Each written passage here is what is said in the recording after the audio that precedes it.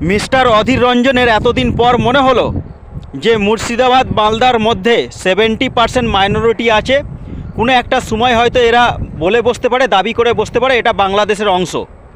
তখন আপনার মনে হয়নি ওই মঞ্চে যেদিনকে আপনি গায়ে চাদর পরে মাথায় টুপি পরে আপনি বড় বড় ফতোয়া মারতে গিয়েছিলেন, যে আমার এই ফতোয়াতে কোনো এক শ্রেণীর মানুষ, দেশবিরোধী মানুষের মনের মধ্যে জায়গা করে নিচ্ছে, তাদেরকে সাহস জোগানো হচ্ছে? একবারও মনে হয়নি ভোটের সময়টাতে? এখন আপনাদের মনে হচ্ছে?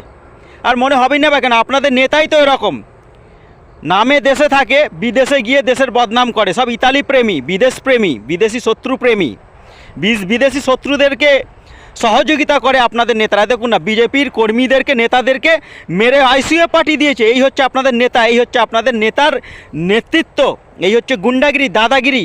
এটা হচ্ছে আপনাদের আসল পরিচয়, যেটা আজকে প্রকাশ্যে এসছে।